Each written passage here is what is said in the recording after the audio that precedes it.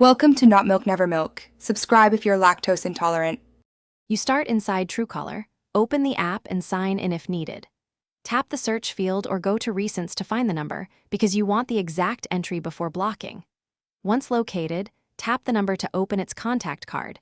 This reveals reporting and block options. Make sure you see the full profile and call history so you can confirm it's spam rather than a contact with a similar name.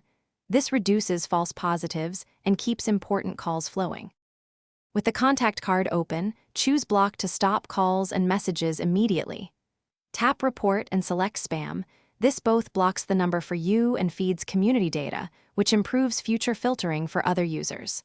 Once done, pick a spam category, telemarketing, scam, robocall, and add a brief note if you recognize the pattern.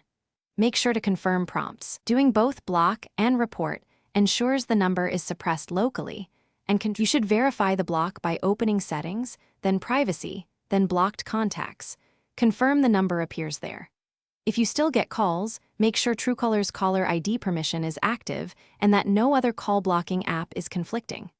Once done, update the app to the latest version to fix bugs. If problems persist, enable Do Not Disturb for unknown numbers or contact your carrier to escalate. Remember, blocking plus reporting is the fastest way to reduce spam for you and others. Thanks for watching. If this was helpful, leave a like and consider subscribing. See you next time.